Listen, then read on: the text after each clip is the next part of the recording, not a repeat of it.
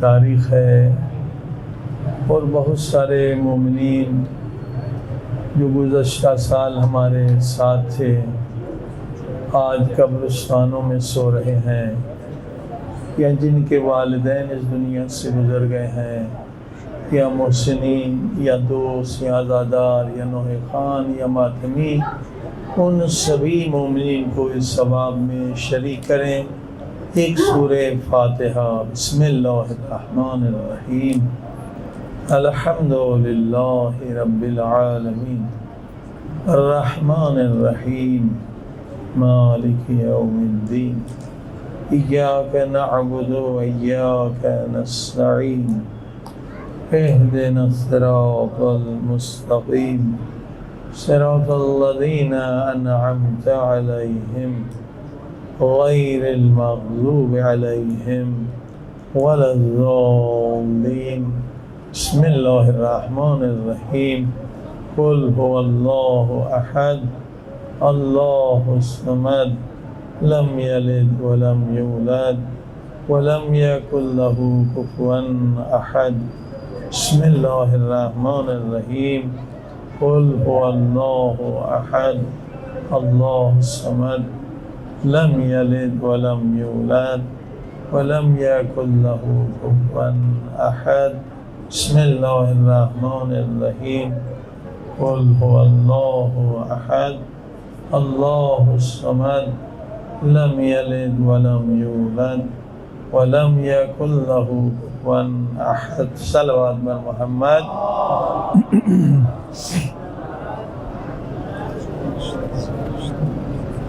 بار دیگر صلوات۔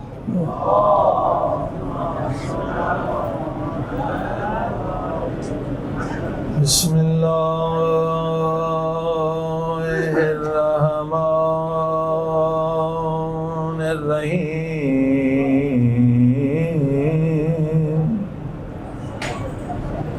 الحمد للہ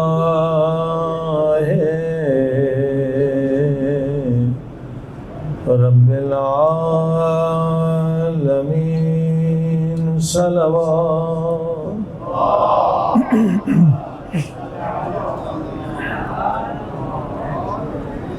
الحمد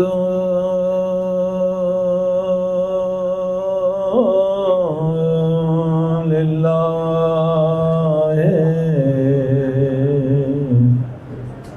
کما هو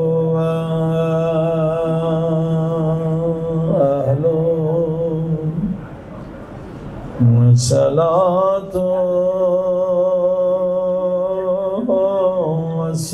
والسلام علی سید المرسلین۔ صلوات۔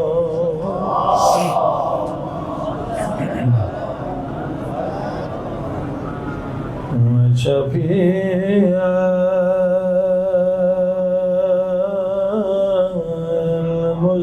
المذنبین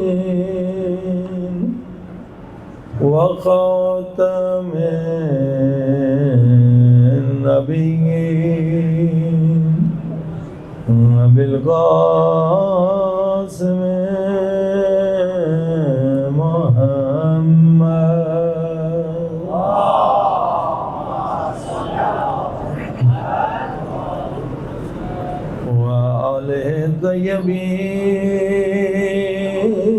الطیبین الطاہرین المعصومین۔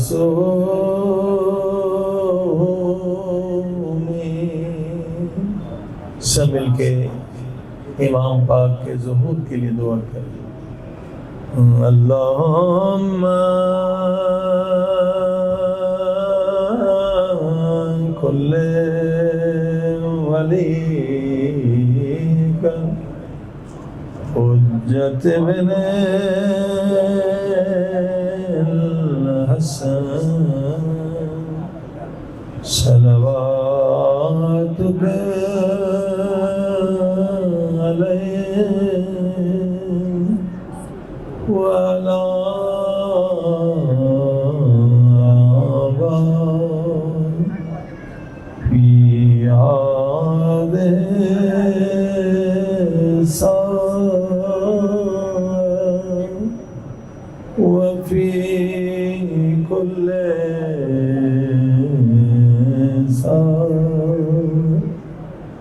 وليا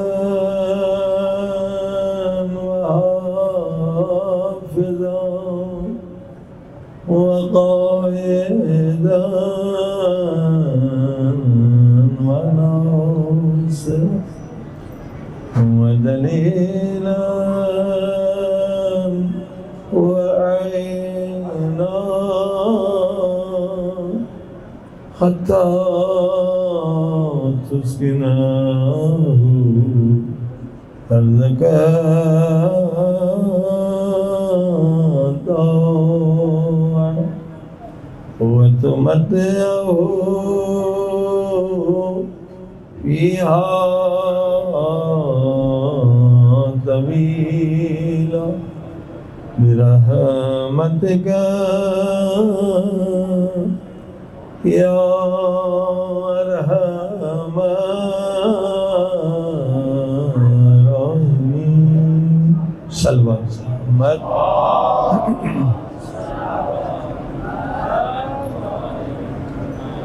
اما بعد فقد قال اللہ تبارک وتعالی فی کتابہ المجید بسم اللہ الرحمن الرحیم ومن احیاها فکأنما احیا الناس جمیعا صلوات السلام. والسامعین، سورہ مائدہ قرآن کریم کا 5واں سورہ ہے. اس کا ایک نورانی جملہ آپ کی خدمت میں تلاوت کیا گیا. اللہ پاک فرماتا ہے وَمَنْ أَحْيَاهَا فَكَأَنَّمَا أَحْيَا النَّاسَ جَمِيعًا. اگر کسی نے ایک انسان کو زندگی دی تو دنیا تو کہے گی اس نے ایک انسان کو زندہ کیا، مگر خدا یہ فرماتا ہے میں یہ نہیں کہوں گا کہ اس نے ایک انسان کو زندہ کیا ہے. خدا فرماتا ہے میں اسے اجر اتنا دوں گا گویا اس نے سارے دنیا کے انسانوں کو زندگی دی ہے. عظیم الشان جملہ ہے، عظیم الشان آیت ہے. عنوان انشاءاللہ ان 10 مجالس کا ہے کہ امام زمانہ علیہ السلام صلوات پڑھیں.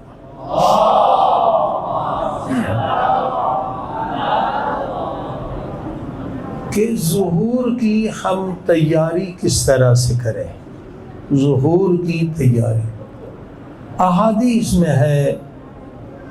پیغمبر خدا حضرت محمد مصطفیٰ صلی اللہ علیہ وآلہ وسلم فرماتے ہیں کہ آخری زمانے میں جو میرے فرزند امام مہدی علیہ السلام صلوات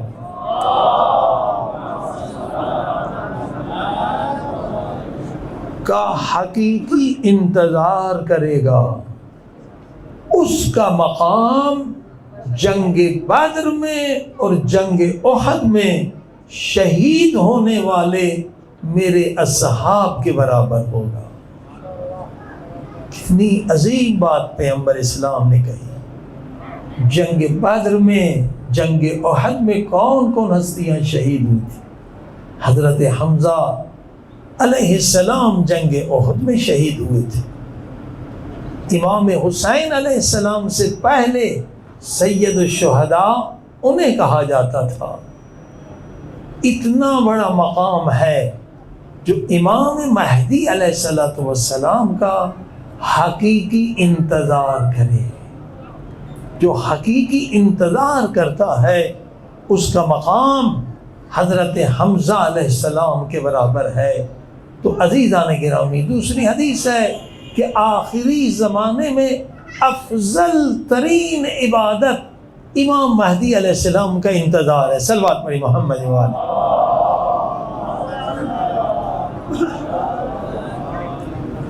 افضل ترین عبادت اس زمانے میں 12ویں امام کا، امام مہدی علیہ السلام کا انتظار کرنا ہے. تو ابھی دونوں حدیثوں کو آپ نے دیکھا. کہ جنگ احد میں شہید ہونے والوں کے برابر ثواب ہے، افضل ترین عبادت ہے۔ یعنی انتظار کا فلسفہ یہ نہیں ہے کہ ہم امام بارگاہ میں بیٹھیں اور صرف کہیں مولا آ جائیے، مولا آ جائیے۔ یہ صرف زبانی انتظار ہے، یہ انتظار ہے مگر زبانی انتظار والے کو جنگ احد میں شہید ہونے والے نبی پاک کے پیارے اصحاب کے برابر ثواب نہیں ملے گا۔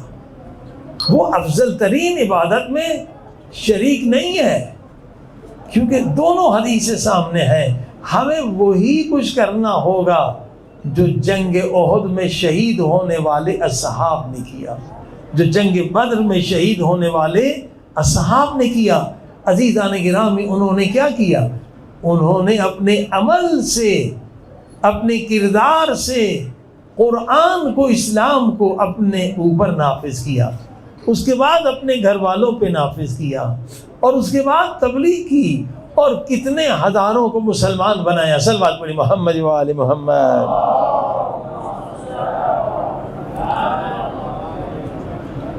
اب امام مہدی علیہ السلام جو آئیں گے تو کیا صرف ہم شیعوں کے لیے آئیں گے، یا صرف مسلمانوں کے لیے آئیں گے، یا پوری کائنات کے لیے آئیں گے؟ تو جتنی حدیثیں ہیں بتلاتی ہیں کہ امام مہدی علیہ السلام پوری کائنات کے لیے آئیں گے، پوری کائنات میں انقلاب لائیں گے، پوری کائنات سے ظلم کو مٹائیں گے، پوری کائنات سے فحاشی کو مٹائیں گے، پوری کائنات سے ناانصافی کو مٹائیں گے، پوری دنیا میں عدل قائم کریں گے۔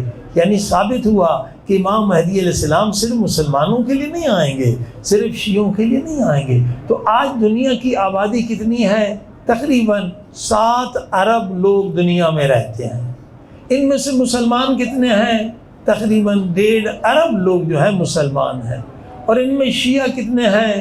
تقریباً 500 ملین، 50 کروڑ لوگ اس میں شیعہ ہیں۔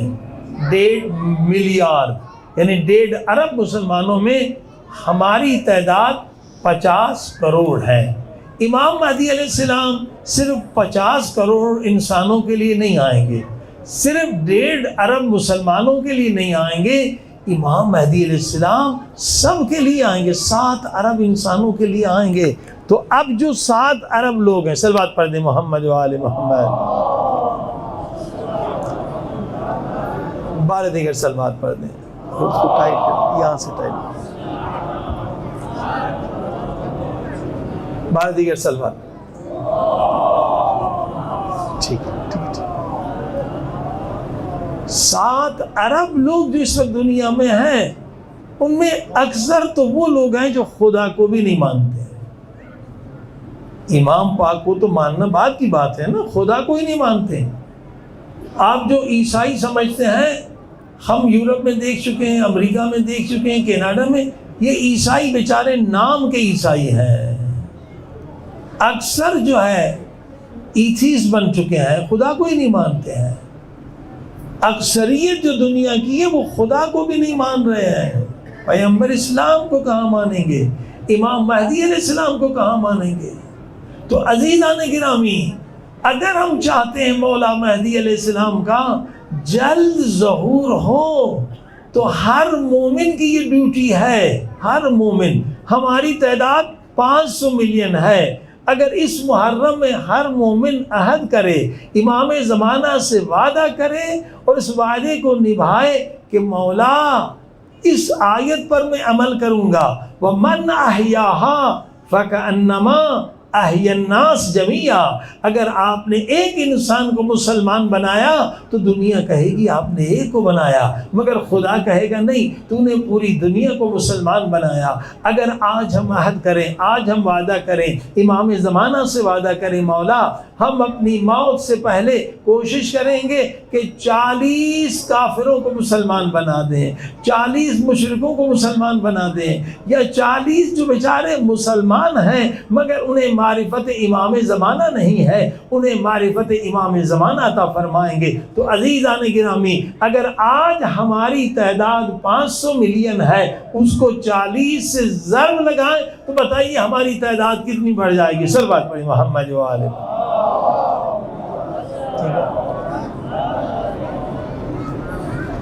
اور آج یہ کام بہت آسان ہے. آپ کہیں بھائی 40 لوگوں کو ہم کیسے مسلمان بنائیں؟ ہاں، مولانا زکزکی صاحب نے نائجیریا میں 2 کروڑ لوگوں کو مومن بنا دیا. یعنی ممکن ہے. احمد دیدت ایک شخصیت گزری افریقہ میں، محب اہل بیت اہل سنت سے تھے. احمد دیدت، انہوں نے اپنی زندگی میں 50,000 عیسائیوں کو مسلمان بنایا، اور ان کے مناظرے پوری دنیا میں، لندن میں، امریکہ میں، کینیڈا میں، ہر جگہ وہ فتح یاب ہوئے. یہ نام، اور مولانا بھی نہیں تھے وہ بیچارے، اپنی محنت سے خود تعلیم حاصل کی، انڈیا کے رہنے والے تھے. تو اگر احمد دیدت جو مولانا بھی نہیں ہے اپنی محنت سے 50,000 عیسائیوں کو مسلمان کر سکتا ہے، اور آغا زکزکی اگر نائجیریا میں 20 ملین 2 کروڑ لوگوں کو شیعہ بنا سکتا ہے، تو کیا ہم اور آپ 40 لوگوں کو مومن نہیں بنا سکتے؟ صلوات پڑھی محمد و آلہ.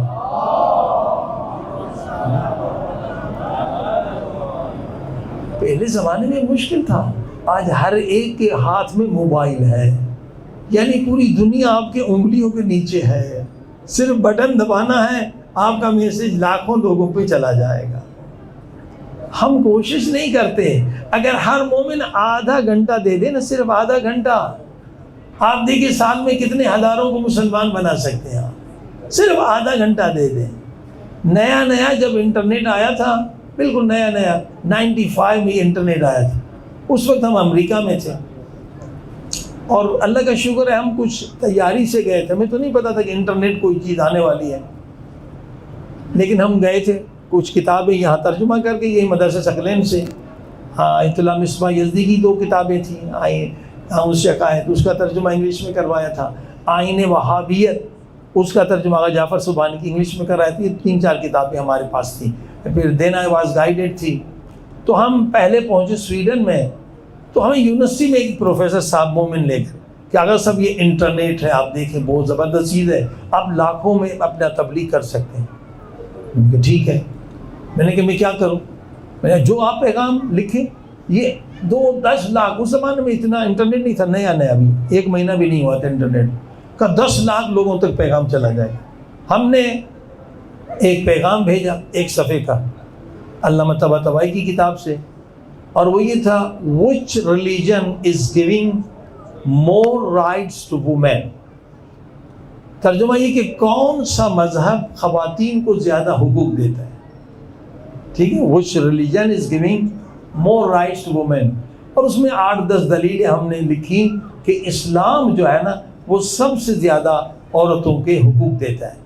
اب یہ مناظرہ ہم نے بھیج دیا، 1 صفحہ تھا، 8-10 پوائنٹس تھے. اب اس میں 2-3 لاکھ لوگوں نے پڑھا اور 40 لوگ مناظرے میں شریک ہو گئے. اس کے بعد ہمیں امریکہ میں ہیوسٹن میں 40 پڑھنا تھا. ہم نے کہا بھائی ہم اسی گھر میں رہیں گے جس کے پاس انٹرنیٹ ہو، کیونکہ اس نیا انٹرنیٹ آیا تھا، ہر ایک گھر میں تھا ہی نہیں. تو آخر انہوں نے بندوبست کر دیا. اب جب ہم نے دیکھا مناظرہ اپنا کھولا تو دیکھا بھائی 40 لوگ ہیں پوری دنیا سے مناظرے میں شریک ہو گئے. کوئی حمایت کر رہا ہے، کوئی مخالفت کر رہا ہے، کوئی دلیل دے رہا ہے. تو جہاں ضرورت تھی ہم نے جواب دیا. 2 مہینے تک یہ مناظرہ چلتا رہا، 2 مہینے تک. اور اس کے بعد ایک صاحب تھے کینیڈا میں، انہوں نے تورات انجیل سے آیتیں آ کے بیان کی. عیسائی تھے اس طرف، ادھر سے مسلمان تھے، مناظرہ ہو رہا تھا. وہ کہہ رہے تھے نہیں، مسلمان جو ہیں وہ عورتوں کے حقوق ادا نہیں کرتے ہیں، اسلام سے زیادہ عیسائیت کے اندر حقوق ہے. اس صاحب نے ساری آیتیں تورات انجیل سے بیان کی کہ آپ کیا کہتے ہیں. آپ کی کتاب میں تورات انجیل میں عورت کی توہین کی گئی ہے، انسلٹ کی گئی ہے، عورت کو حیوان کا نام سے پکارا گیا ہے. قرآن میں ایک آیت دکھائیں کہ کہیں قرآن نے کہا ہے عورت کو تم گدھی ہو. تمہاری تو البتہ یہ تورات انجیل جو ہے تحریف شدہ ہے. عورت کی توہین کی گئی ہے، انسلٹ کی گئی ہے. اور آپ کی تورات انجیل میں ہے کہ عورت کو چرچ میں بات کرنے کا حق نہیں ہے. یہ آپ حقوق دے رہے ہیں. اس طرح کی بہت ساری آیتیں. جب یہ اتنی آیتیں تورات انجیل سے آ گئی تو یہ صاحب خاموش ہو گئے. اور اس 2 مہینے کے مناظرے سے کتنی خواتین نے حجاب کرنا بھی شروع کر دیا. صلوات پڑھی محمد و آل محمد.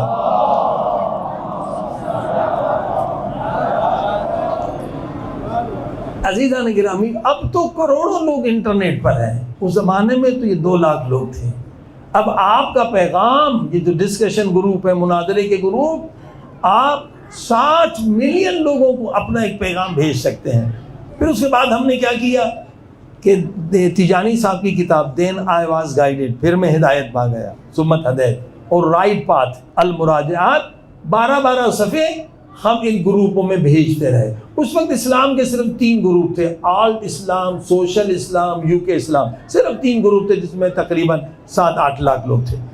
تو اس سے اتنا فائدہ ہوا، کتنے لوگ اسلام کی طرف آ گئے، کتنے لوگ، حتیٰ کہ اہل سنت کے ایک بہت بڑے ادارے نے ہم سے اجازت مانگی کہ یہ کتاب جو آئین وہابیت ہے، آیت اللہ جعفر سبحانی کی بہترین کتاب ہے، ہم چاہتے ہیں اپنے میگزین میں اس کو قسط وار ادا کریں، اس کو چھاپیں، آپ کی اجازت؟ ہم نے کہا بالکل اجازت ہے۔ تو آپ دیکھیے انٹرنیٹ ایک بہت بڑی دنیا ہے، اگر اس کا صحیح استعمال کریں تو 40 نہیں، آپ 4000 لوگوں کو بھی شیعہ بنا سکتے ہیں۔ صلوات پڑھی محمد و آل محمد۔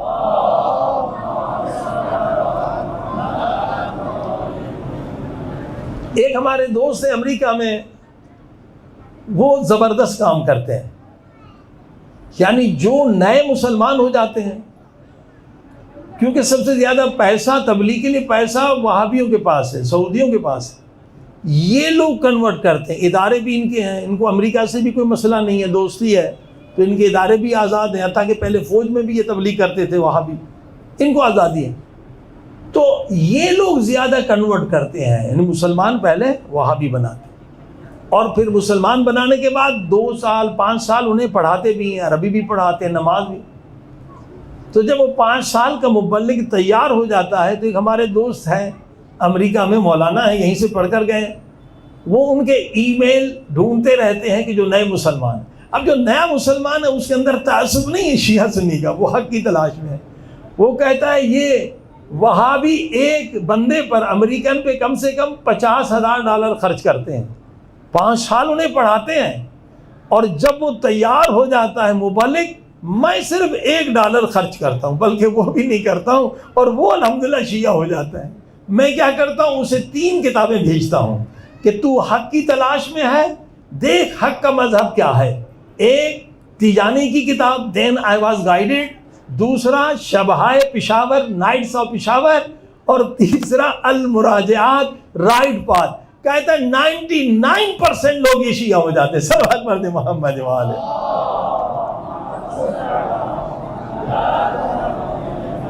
دیکھیے تو اتنا آسان ہے شیعہ بنانا۔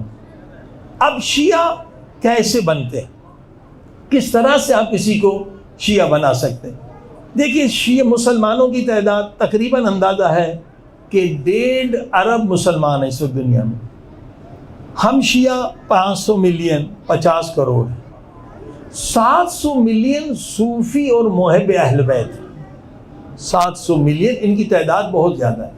ہندوستان میں بھی صوفی بہت زیادہ ہے، اور ماشاءاللہ اس وقت جو بہت بڑا کام ہوا ہے ہندوستان میں، جو پاکستان میں بھی ہم شیعوں کو کرنا چاہیے، کہ تمام صوفی جو درگاہیں ہیں، بڑی بڑی درگاہیں ہیں صوفیوں کی، جتنی بڑی بڑی درگاہیں ہیں، لاکھوں کروڑوں لوگ ہیں، ان تمام صوفی درگاہوں میں محرم کا عشرہ شیعہ علماء پڑھ رہے ہیں۔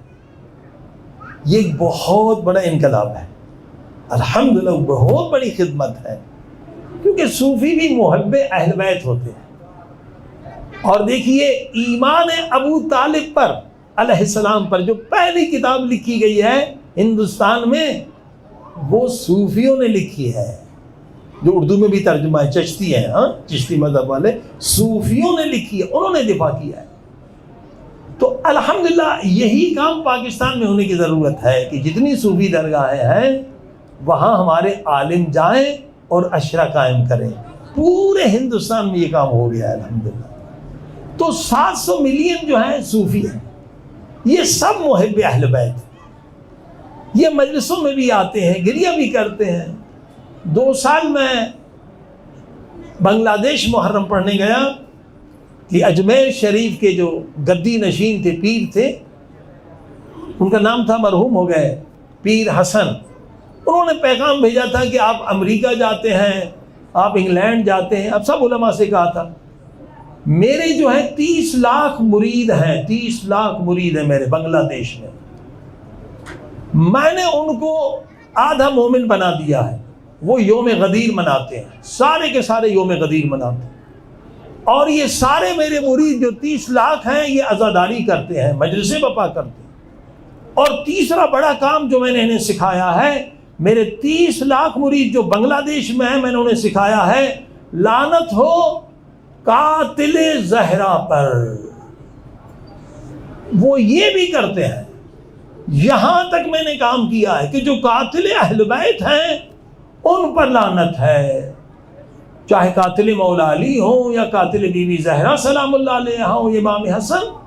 باقی آپ لوگوں کا کام ہے کہ آپ ان کو معرفت اہل بیت دیں۔ دیکھیں یہ ہے صوفی مذہب، کہ صوفی حضرات کا عقیدہ ہے کہ جو قاتل ہے امام حسن کا اسے ہم نہیں مانتے، جو قاتل ہے امام حسین کا ہم اسے نہیں مانتے، جو قاتل بی بی فاطمہ زہرا سلام اللہ علیہ کا ہم انہیں نہیں مانتے۔ اور پھر صوفیوں کا عقیدہ ہے 12 امام پر، امام مہدی علیہ السلام پر بھی ان کا عقیدہ ہے، 12 امام پر ان کا عقیدہ ہے۔ البتہ امام مہدی علیہ السلام پر اہل سنت کا بھی عقیدہ ہے، امام مہدی علیہ السلام آئیں گے، مگر وہ کہتے پیدا ہوں گے، جبکہ ہم کہتے مولا موجود ہے، زمین اللہ کی حجت سے خالی نہیں رہ سکتی، یہ ناممکن ہے کہ قرآن کی آیت ہے کہ قیامت کے دن ہر انسان کو امام کے ساتھ بلایا جائے گا، یعنی جب تک ایک انسان بھی موجود ہے تو امام کا ہونا ضروری ہے۔ صلوات پڑھی محمد و آل محمد۔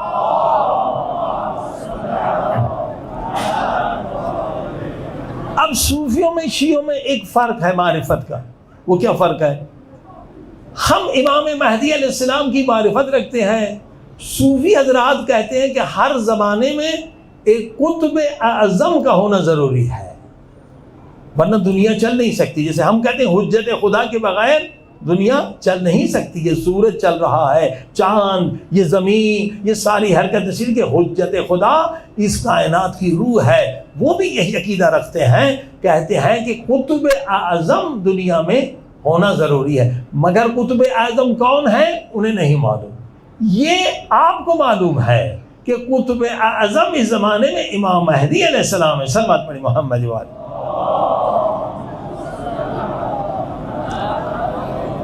لہذا ان کو شیعہ بنانا کوئی مشکل نہیں ہے، بہت آسان۔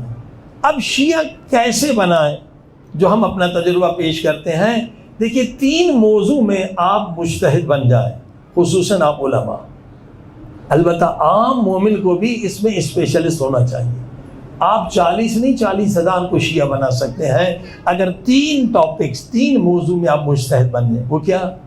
ایک غدیر کا موضوع ہے، غدیر کا موضوع جہاں مولا کی امامت کا اعلان ہوا، اس میں آپ کو مجتہد ہونا چاہیے، اسپیشلسٹ ہونا چاہیے، ماہر ہونا چاہیے، حوالے یاد ہونے چاہیے، جو اعتراضات ہیں ان کے جوابات ہونے چاہیے۔ آپ دیکھیے کتنوں کو آپ شیعہ بنا سکتے ہیں۔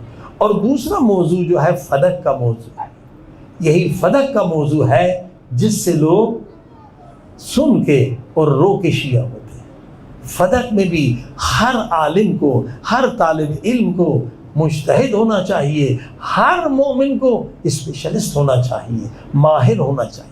پھر آپ دیکھیے دنیا میں آپ کتنے کو شیعہ بنا سکتے ہیں۔ اور تیسرا موضوع ہے بی بی فاطمہ زہرا کے در پہ آگ لگانے کا۔ یہ 3 موضوع میں اگر آپ مجتہد بن جائیں، آپ کے پاس ریفرنسز آ جائیں، حوالے آ جائیں، تو یقین جانیے آپ ہزاروں کو شیعہ بنا سکتے ہیں۔ صلوات پڑھیں محمد و آل محمد۔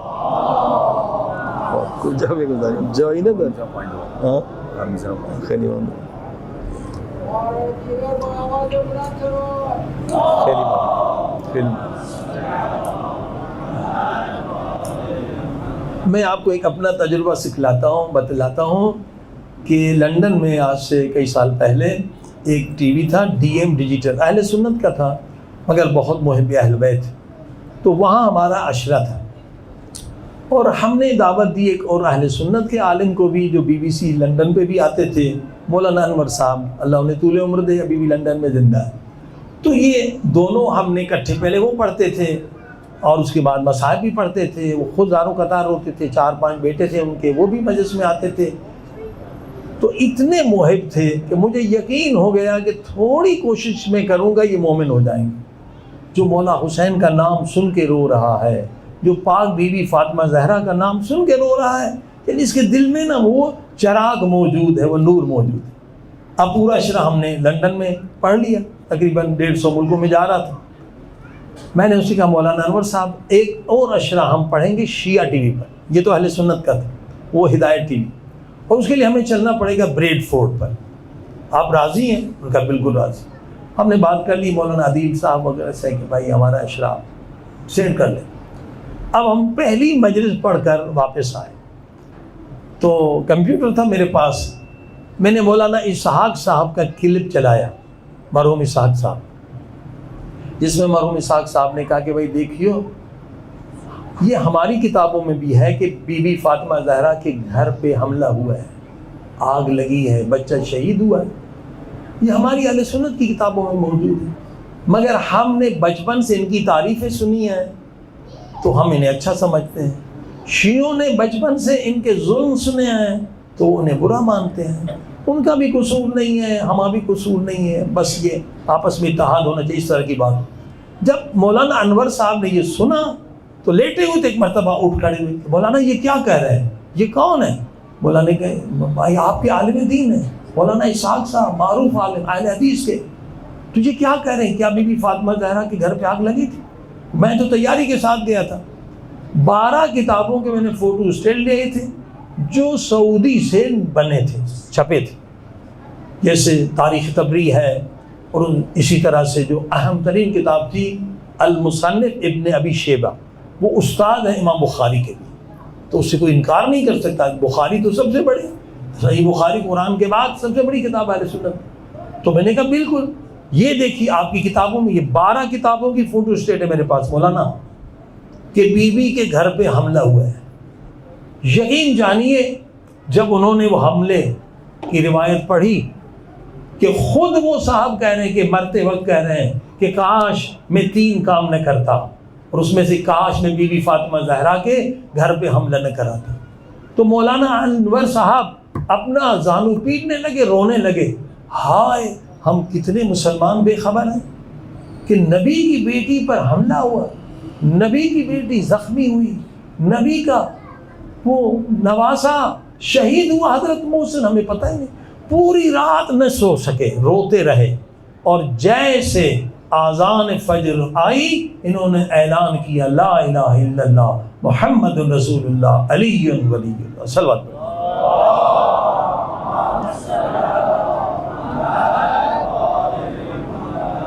اب آپ اندازہ لگائیے کہ اس طرح کے لاکھوں نہیں کروڑوں محب اہل بیت ہیں. اگر ان کو آپ دکھا دیں اور ثابت کر دیں کہ بی بی کے گھر پہ انہوں نے حملہ کیا ہے، وہ کبھی اس مذہب پہ باقی نہیں رہیں گے. یعنی یہ ہماری کمزوری ہے. ان 3 موضوعات پر انشاءاللہ آپ مجتہد بنیں، اسپیشلسٹ بنیں، کوشش کریں گے کہ ہر دن آپ کی خدمت میں کچھ حوالے پیش کریں، دلیل پیش کریں. آج غدیر سے شروع کرتے ہیں، صلوات پڑھیں محمد و آل محمد.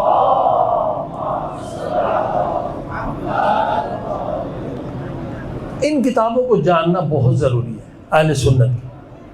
خود مدینے میں ہمارے ساتھ ایک کا مناظرہ ہو گیا.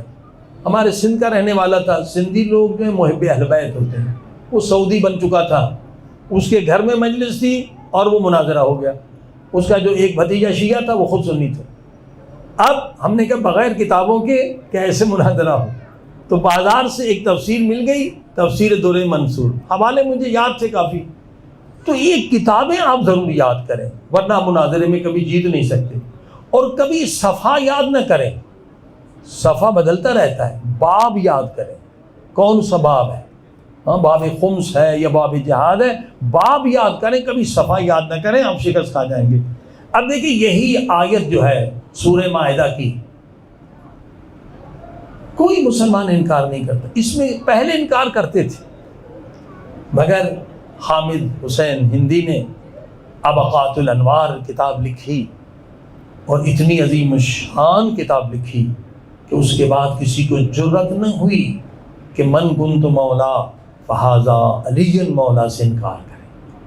اس کے بعد علامہ امینی نے الغدیر 11 جلد لکھی۔ ان 2 کتابوں نے پوری دنیا میں تہلکہ مچا دیا۔ اس کے بعد کسی سنی عالم نے اس حدیث سے انکار نہیں کیا، بلکہ حمایت میں انہوں نے کتاب لکھی ہے۔ ہاں، کئی اہل سنت کی کتابوں نے من کنت مولا پہ کتاب لکھی۔ صلوات پڑھی محمد و آل محمد۔ اب مولا علی علیہ السلام کی خلافت کو آپ کیسے ثابت کریں گے؟ سورہ مائدہ کی آیت ہے، یا ایھا الرسول بلغ ما انزل الیک من ربک وان لم تفعل فما بلغت رسالتہ۔ غدیر پر جب رسول خدا پہنچے، قوم غدیر پر، تو یہ آیت نازل ہوئی کہ میرے محبوب پہنچا دو اس حکم کو جو آپ پہ نازل ہوا ہے۔ اگر آپ نے حکم نہیں پہنچایا تو آپ نے دین کا کوئی کام نہیں پہنچایا۔ اب یہ ہماری کتابوں میں تو ہے، لیکن مناظرے کے لیے آپ کو ان کی کتابیں پیش کرنی ہیں۔ اب پہلی کتاب پیش کرتا ہوں آپ کی خدمت میں، جلال الدین سیوطی در منصور، اور اسی تفسیر نے ہماری مدد کی۔ مدینے میں جو مناظرہ ہوا تھا، الحمدللہ وہ صاحب بھی تشیع کی طرف آ گئے۔ البتہ وہاں حالات ایسے ہیں کہ وہ تقیے میں ہی رہ رہے ہیں، وہاں اعلان تو نہیں کر سکتے ہیں۔ تو اس میں تفسیر در منصور والے نے بالکل وہی لکھا جو ہماری کتابوں میں لکھا ہے کہ جب یہ آیت نازل ہوئی تو رسول پاک نے مولا علی کا ہاتھ بلند کر کے کہا، من کنت مولا فہذا علی مولا۔ مولا کا نعرہ بھی لگائے، نعرہ حیدری۔ اور صرف یہ نہیں، اللہم والی من والا وعاد من عادا، اے خدا تو اس سے محبت کرنا جو علی سے محبت کرے، اور تو اس سے عداوت و دشمنی رکھنا جو علی سے دشمنی رکھے۔ صلوات پڑھی محمد و آل محمد۔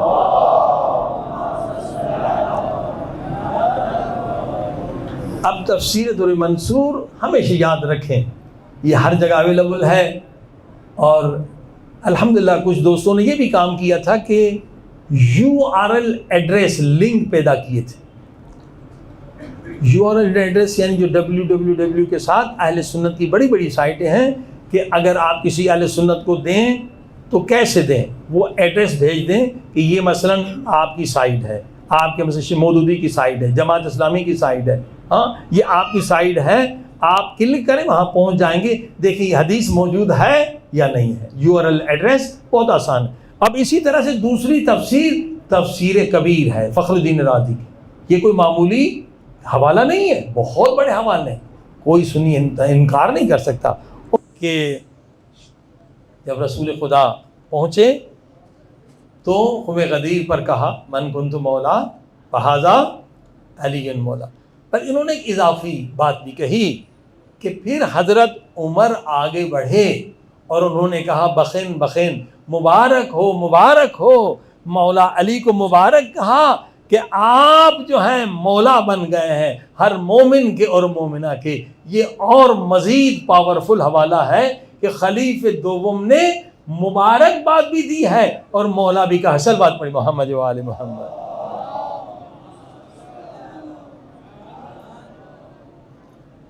تیسرا حوالہ تفسیر مظہری، یہ بھی اہل سنت کی معروف تفسیر ہے، اس نے بھی یہی واقعہ لکھا ہے کہ یہ آیت جو نازل ہوئی قوم غدیر پر۔ زیادہ حوالے اس لیے نہیں دوں گا تاکہ آپ کو یاد رہیں، اور اگر یہ حوالے چاہیے تو انشاءاللہ اگر اپنا ای میل آپ دیں گے تو ای میل کے ذریعے سے آپ کو بتایا بھی جائے گا۔ صلوات پڑھی محمد و آل محمد۔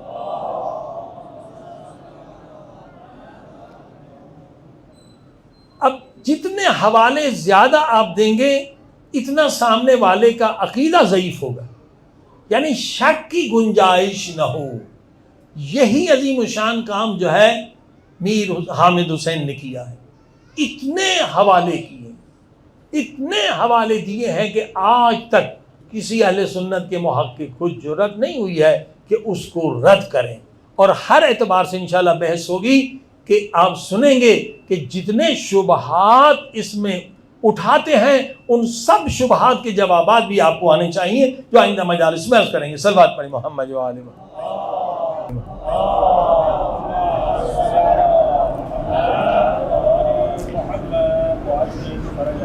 تو جب 300 سے زیادہ حوالے موجود ہوں، اس کے باوجود لوگوں نے مولا علی کی خلافت کو کیوں نہیں مانا؟ یہ سوال ہے۔ 300 سے زیادہ ریفرنسز ہوں جس میں کوئی شک بھی نہیں ہے کہ یہ آیت مولا علی کی شان میں اتری ہے، من کنت مولا، مولا علی کی شان میں ہے، تو وجہ کیا ہے؟ وجہ بھی ہمارے علماء نے بہت اچھی منطقی، فلسفی، عقلی بتلائی ہے کہ مولا علی علیہ السلام نے اپنی زندگی میں کتنے کافروں کو قتل کیا ہے۔ اگر مولا علی کی تلوار نہ ہوتی تو اسلام نہ پھیلتا۔ البتہ اس لیے کہ وحشی لوگ تھے، ظالم لوگ تھے، درندے لوگ تھے، وہ حق کی بات نہیں سنتے تھے، وہ دلیل کی بات نہیں سنتے تھے، وہ منطق کی بات نہیں سنتے تھے۔ جو اپنی زندہ بیٹیوں کو دفن کرتے تھے وہ کیا منطق سنیں گے؟ کہ مولا علی کی تلوار تھی جس کی وجہ سے اسلام پھیلا، جس کی وجہ سے عمر ابن عبدود جیسے وحشی لوگ، مرحب جیسے وحشی لوگ فی النار ہوئے۔ تو مولا علی علیہ السلام نے، کچھ محققوں نے کہا کہ ہزاروں میں ہزاروں کافروں، مشرکوں، منافقوں کو مولا علی کی ذوالفقار نے فی النار کیا۔ بعض نے 10,000 کی تعداد لکھی ہے، بعض نے کم لکھی ہے، بہرحال ایک تحقیقی مسئلہ ہے۔ اس میں شک نہیں کہ مولا علی کی تلوار سے ہزاروں مشرک، ہزاروں منافق، ہزاروں کافر مارے گئے۔ اب آپ بتائیے، عرب کے اندر جو بغض و کینہ تھا وہ بہت شدید ہے۔ قرآن نے بھی اس کا کہا، ذکر کیا ہے کہ انتقام کا جذبہ، بغض و کینہ، ایک قتل کا بدلہ لینے کے لیے 10-10، 20-20، 60-60 سال تک وہ لڑتے رہتے تھے۔ بغض و کینہ تھا، معاف کرنے کا تو سوال ہی پیدا نہیں تھا، عفو کرنے کا سوال ہی پیدا نہیں تھا۔ تو اگر 10,000 بھی مولا علی نے کافر مارے ہیں تو ایک کافر کے اگر 10 رشتہ دار بھی لے لیں، 10 دوست بھی لے لیں، تو مولا علی نے 1,00,000 اپنے دشمن بنائے۔ 1,00,000 مولا علی کے خون کے دشمن، خون کے پیاسے تھے۔ عزیزو، یہ وجہ تھی۔ ایک سب سے بڑی وجہ یہ تھی، ان کے دل میں بغض علی تھا۔ تبھی نبی پاک نے کہا کہ مومن و منافق کی پہچان یہ ہے کہ جس کے دل میں محبت علی ہے وہ مومن ہے، اور جس کے دل میں بغض علی ہے وہ منافق ہے۔ کیونکہ علی نے اگر تمہارے باپ کو مارا ہے اس لیے مارا ہے کہ وہ دشمن خدا، علی نے اگر تمہارے بھائی کو مارا ہے اس لیے مارا ہے کہ دشمن رسول ہے۔ علی نے کبھی تلوار اپنی ذات کے لیے نہیں چلائی۔ تو یہ ایک طرف دشمنی، اور دوسری وجہ ابو سفیان کا خزانہ، بنی امیہ کا خزانہ۔ یہ اس زمانے کے ارب پتی خرب پتی لوگ تھے، انہوں نے پیسہ چلایا، ہر طرف سے پیسے کی بارش کی۔ اور حدیث پاک ہے کہ حب دنیا، دنیا کی محبت کیا ہے؟ رأس کل خطیہ، ساری خطائیں، سارے گناہوں کی جڑ کیا ہے؟ دنیا کی محبت۔ آج جو مولا حسین کے غم میں ہم رو رہے ہیں، کیوں رو رہے ہیں؟ کیا شمر مولا حسین کو نہیں جانتا تھا؟ جانتا تھا، اسی لیے مولا نے پوچھا، شمر تو نہیں جانتا میں کون ہوں؟ میں جانتا ہوں آپ فاطمہ زہرا کے لال، نبی کے نواسے۔ پھر میری گردن پہ چھری کیوں چلاتے؟ کہا یزید سے مجھے مال غنیمت ملے گا، دولت ملے گی۔ عزیزو، شمر اگر شمر بنا دنیا کی محبت کی وجہ سے۔ عمر ابن سعد جس پہ ہم لعنت کرتے ہیں زیارت عاشورہ میں، کیوں عمر سعد بنا؟ رے تہران کی حکومت کی لالچ، یہ بھی حب دنیا۔ جبکہ مولا حسین نے کہا کہ تہران کا گندم بھی تجھے نصیب نہیں ہوگا، تو میرے قاتل میں شریک نہ ہو جا، مگر شریک ہو گیا، اندھا ہو گیا۔ حب دنیا کیا ہے؟ حضرت عیسیٰ کا صحابی چند ٹکوں میں اپنے نبی کو بیچ دیتا ہے. یہ ہے کیا حب دنیا؟ انسان شمر بن جاتا ہے. آج بھی لوگ، کتنے لوگ ہیں جو آج امریکی اسلام پھیلا رہے ہیں. ایک ہیمفرے تھا جس نے وہابی مذہب بنایا، جو جاسوس تھا انگلینڈ کا. ضرور پڑھیں یہ کتاب، ہیمفرے کے اعترافات. پہلے یہ جرمنی میں پکڑا گیا تو جرمنی میں چھپی، پھر فرینچ میں، پھر انگلش میں، پھر فارسی میں، اس وقت ہر زبان میں ہے، فری ہے، آپ جا کے دیکھیں. ہیمفرے کے اعترافات. وہابی مذہب ہیمفرے نے بنایا. عبد الوہاب کو گمراہ ہیمفرے نے کیا. آج امریکہ نے 100 سے زیادہ ہیمفرے پالے ہوئے ہیں جو مذہب بنا رہے ہیں. شیعوں کے اندر جھوٹے مذہب بنے جا رہے ہیں.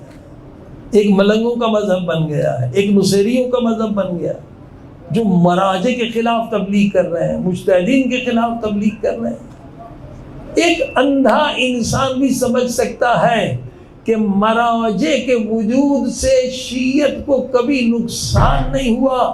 ہر زمانے میں مراجع کے ذریعے سے شیعت کی حفاظت ہوئی ہے، شیعت کو ترقی ملی ہے، اور اسی مراجع کی وجہ سے آج مولا حسین کا روزہ محفوظ ہے.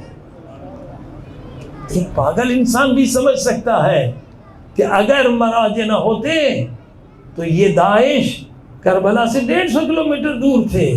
کہتے ہیں خود کو شیعہ، اور تبلیغ کر رہے ہیں، پروپیگنڈا کر رہے ہیں مراجعیت کے خلاف، تقلید کے خلاف. یہ سارے ہیمفرے ہیں، اس زمانے کے ہیمفرے ہیں جو امریکہ انہیں پال رہا ہے. ان کے پاس ٹی وی اسٹیشن ہے، ان کے پاس دولت ہے. ارے احمقوں، یہ مراجع اور ولی فقیہ نہ ہوتا تو آج بی بی زینب کا روزہ بھی نہ ہوتا. یہ اللہ پاک نے قدرت دیا شیعت کو، یہ طاقت دی ہے شیعت کو. صلاح الدین ایوبی نے ہر شیعہ کو قتل کر دیا تھا شام میں. صلاح الدین ایوبی نے، یہ سارے شامی بھاگ کے گئے. ابھی جو شیعہ ہیں زیادہ یہ برازیل میں ہیں، ساؤتھ افریقہ میں چلے گئے، ملینز میں. یہ صلاح الدین ایوبی کے ظلم سے کوئی بھی شیعہ تقیہ میں تھے شام میں. یہ تو ایران کے انقلاب کے بعد شیعہ ظاہر ہوئے. کوئی خود کو شیعہ نہیں کہتا تھا، نماز جمعہ نہیں ہوتی تھی. صلاح الدین ایوبی نے شیعوں کا قتل عام کیا. بتائیے اس وقت بھی لاکھوں کروڑوں شیعہ تھے، کیا بگاڑا تھا صلاح الدین ایوبی کا؟ کچھ نہیں بگاڑا.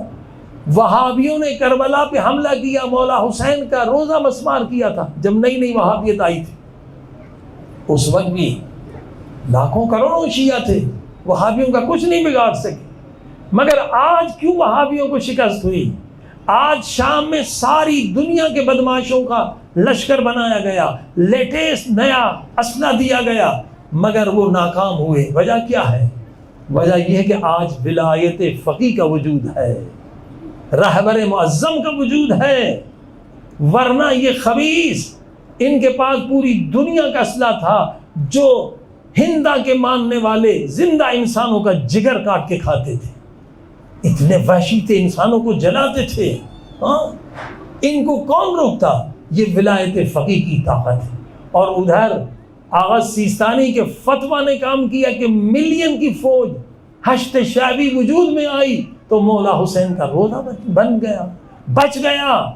اب بتائیے، یہ بات تو بچہ بھی سمجھ سکتا ہے، احمق بھی سمجھ سکتا ہے، بے وقوف بھی سمجھ سکتا ہے کہ مرجعیت جو ہے شیعہ قوم کی محافظ ہے. مرجعیت اور تقلید شیعہ کی طاقت ہے، قدرت ہے. مگر یہ ہیمفرے جو ہیں آج میڈیا پہ لوگوں کو گمراہ کر رہے ہیں مرجعیت کے خلاف اور تقلید کے خلاف. یہ آپ لوگوں کا کام ہے کہ لوگوں کو بتائیں کہ یہ ہیمفرے ہیں، یہ ایجنٹ ہیں، یہ جھوٹے ہیں، یہ غدار ہیں، یہ مذہب بیچ چکے ہیں. صلوات پڑھی محمد و آل محمد.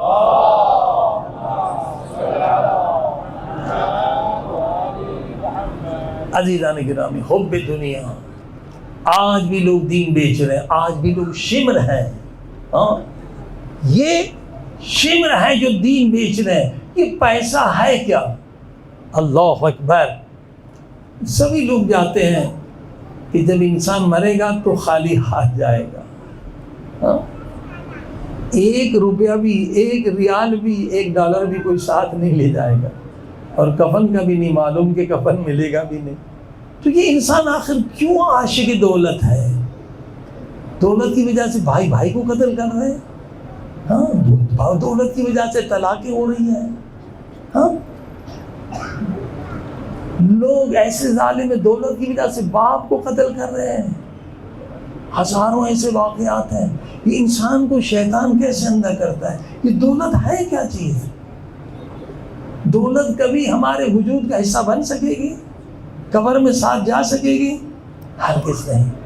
سورہ حشر کی نورانی آیت ہے کہ دولت کے جراثیم، یعنی جس کے دل میں دولت کی محبت ہے، شمر کے جراثیم موجود ہیں، وہ کبھی شمر جیسا کام کر سکتا ہے، دولت کی وجہ سے دین کو بیچ سکتا ہے۔ لہٰذا قرآن کی زبردست آیت ہے، زبردست آیت، اس لیے کہ سونے سے پہلے ان آیتوں کی تلاوت کرو، سورہ حشر کی تلاوت کرو، سورہ حدید کی تلاوت کرو، سورہ جمعہ، یہ 6 مسبحات ہیں، اس کی ضرور تلاوت کریں سونے سے پہلے، اس کی بہت برکات ہیں۔ فرمایا ان مسبحات کون سی سورہ ہے؟ جو یسبح اللہ کی تسبیح سے شروع ہوتی ہیں، سبح اسم ربک الاعلیٰ، یسبح للہ ما فی السماوات و ما فی الارض، سورہ جمعہ، سورہ تغابن، سورہ اعلیٰ، سورہ حشر، سورہ حدید، یہ مسبحات کہلائی جاتی ہیں۔ یہ 6 سورے جو بھی سونے سے پہلے تلاوت کرے گا اسے سکرات میں تکلیف نہیں ہوگی، وہ نہیں مرے گا، مرنے سے پہلے پیارے پاک نبی صلی اللہ علیہ وسلم کی زیارت کرے گا۔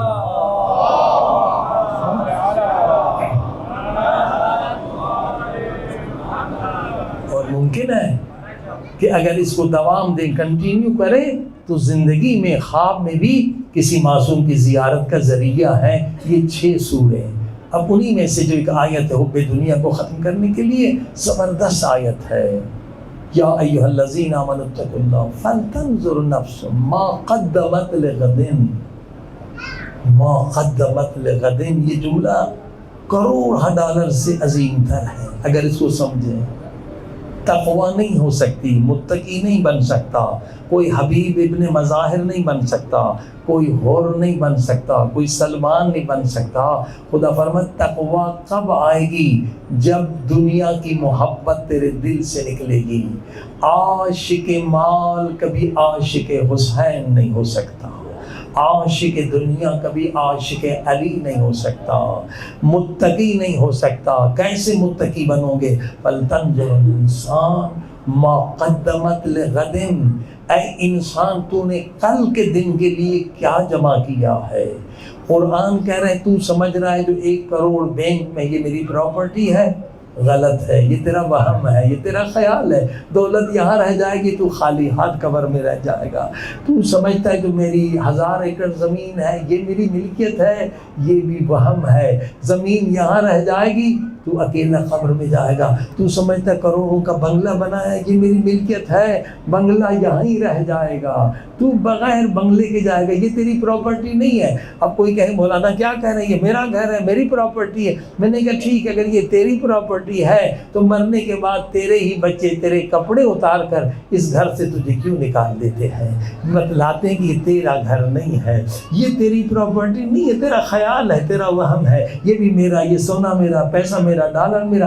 اے انسان نادان نہ بن، شیطان کے دھوکے میں نہ آ، جیسے شمر شیطان کے دھوکے میں آیا۔ عاشق مال کبھی عاشق امام زمانہ نہیں بن سکتا۔ پہلے اس محبت کو نکال، یہ محبت دنیا نجاست ہے۔ مولا فرماتے الدنیا جیف ہے، یہ دنیا کیا ہے؟ بدبودار چیز ہے، اور اس کے طالب کتے ہیں، کتے ہیں، کتا نہ بن۔ مولا حسین کتے کی شفاعت کرنے والا نہیں ہے، اسی لیے خمس واجب کیا۔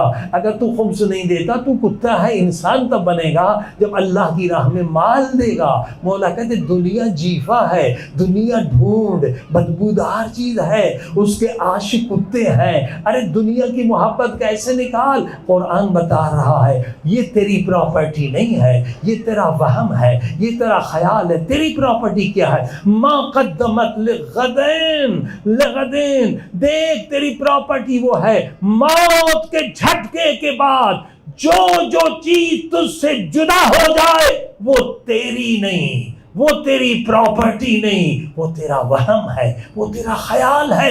تیری پراپرٹی وہ ہے جو موت کے بعد بھی تجھ سے جدا نہ ہو۔ اسلامتی امام زمان بلندر سلوات۔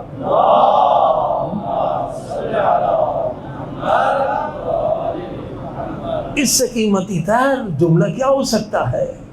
ہاں؟ جو موت کے بعد تجھ سے جدا ہو جائے وہ تیری پراپرٹی نہیں ہے، وہاں میں خیال ہے، پیسہ جدا، مال جدا، گھر جدا، ہاں؟ مگر کون سی چیز ہے جو موت کے بعد آپ سے جدا نہیں ہوگی؟ اسی مسئلے کو سمجھانے کے لیے اللہ پاک نے قسم کھائی، بسم اللہ الرحمن الرحیم، والعصر ان الانسان لفی خسر۔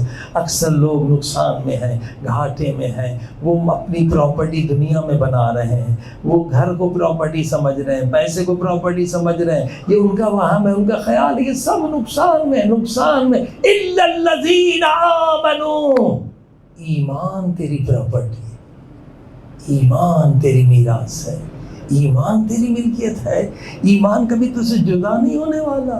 ایمان حاصل کر۔ ایمان کیا ہے؟ کیا صرف لا الہ الا اللہ کہنے کا نام ایمان ہے؟ نہیں نہیں، ایمان یعنی کنٹرول۔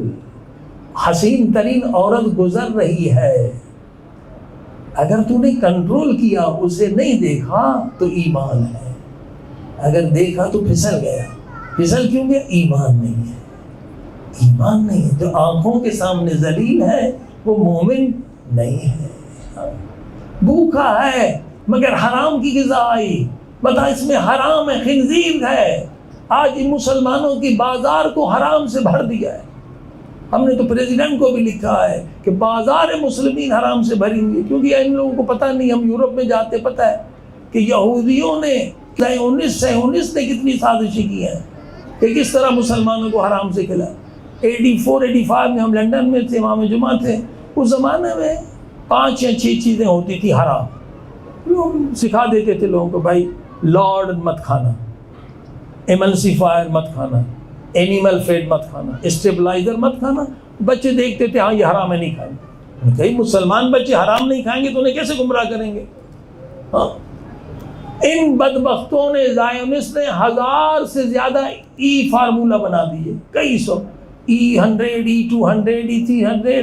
اور جب ہم نے فون کر کے کارخانے والے سے پوچھا کہ بھئی یہ جو فارمولہ اس میں ڈال رہے ہو آپ، یہ سبزی سے ہے یا گوشت سے ہے؟ وہ کہتے ہیں جو سستا ہمیں مل جائے، اور سستا وہاں کیا ہے؟ سور ہے، ہر جگہ سور کی چربی ہے۔ اب لوگوں نے وہ ایپ بھی بنایا کہ یہ حلال ہے، یہ بھی دھوکہ ہے۔ اب دیکھیں یہاں پر بازار مسلمین، پاکستان ہو، ایران ہو، سعودی ہو، یہ زائونسٹ کی کتنی بڑی سازش ہے کہ مسلمان بچوں کو حرام کھلاؤ، حرام کھلاؤ۔ حتیٰ کہ دودھ میں D3، اب آپ دیکھیے ایک دودھ ہے VJ جس میں D3 نہیں ہے۔ یہ لعنت صرف امریکہ کینیڈا میں، حتیٰ کہ یورپ میں بھی نہیں ہے۔ یہاں کام کر رہے ہیں دشمن، ایسے یہ نوجوان علماء کے عمامے نہیں اتار رہے ہیں، ایسے حجاب نہیں اترایا یہاں، یہ چھپ کے دشمن حرام کھلا رہا ہے۔ جب حرام کھائیں گے تو عالم کا کیا احترام کریں گے، پھر کیا حجاب کریں گے؟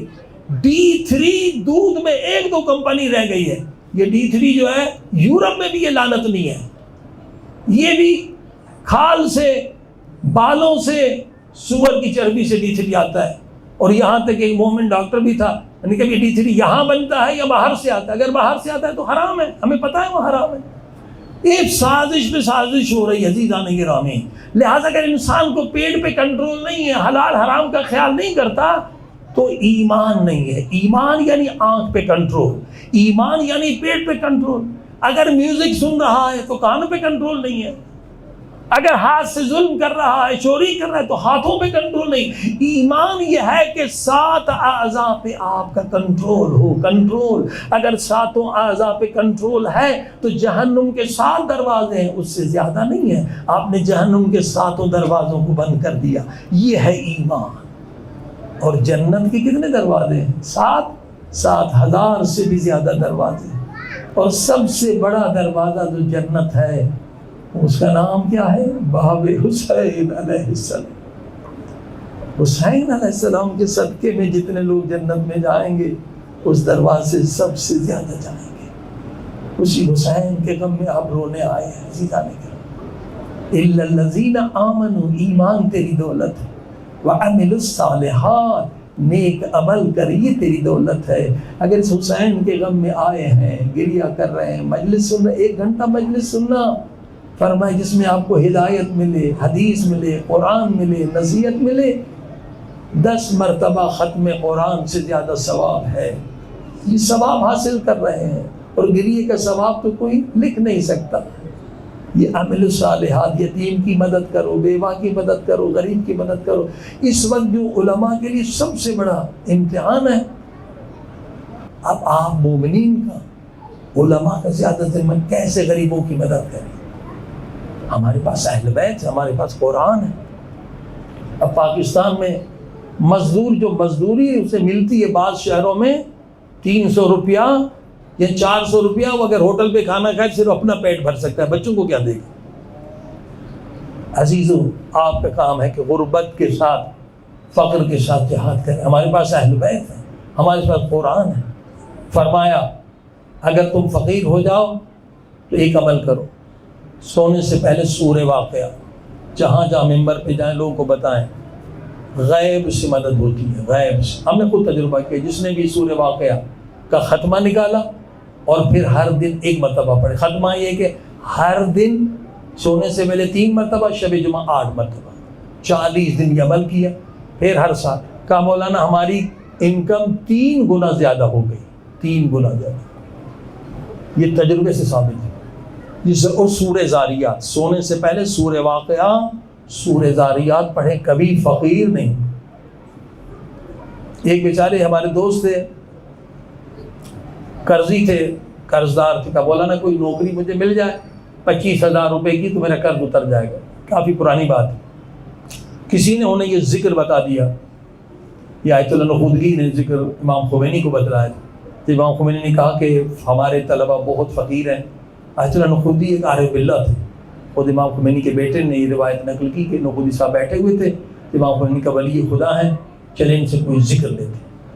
تو کہا طلبہ کی حالت بہت بری ہے، آج بھی وہی حالت ہے، بہت بری ہے۔ تو انہوں نے کہا کہ ہر نماز کے بعد 3 مرتبہ سورہ قل هو اللہ احد پڑھیں، اور سورہ طلاق کی 2 آیتیں، وہ بھی مکمل نہیں، من یتق اللہ یجعل له مخرجا یرزقه من حیث لا یحتسب من یتوکل علی اللہ فهو حسبہ ان اللہ بالغ امرہ قد جعل كل شیء قدرا، 3 مرتبہ۔ اور اگر واقعا مشکلات میں ہیں، آپ قرض دار ہیں، تو نماز فجر کے بعد اس آیت کو 170 مرتبہ تلاوت کریں، غیب سے۔ یہ خود مشاہدہ ہے، تجربہ ہے۔ یہ ہمارے دوست 25,000 روپے کی نوکری کے تلاش میں تھے، کسی نے یہ نسخہ انہیں بتا دیا کہ فجر کی نماز کے بعد من یتق اللہ سے لے کر آخر تک اس ذکر کو پڑھے 170 مرتبہ۔ اس وقت وہ سال میں 25,000 پاؤنڈ کما رہے ہیں۔ صلوات پڑھی محمد و آل محمد۔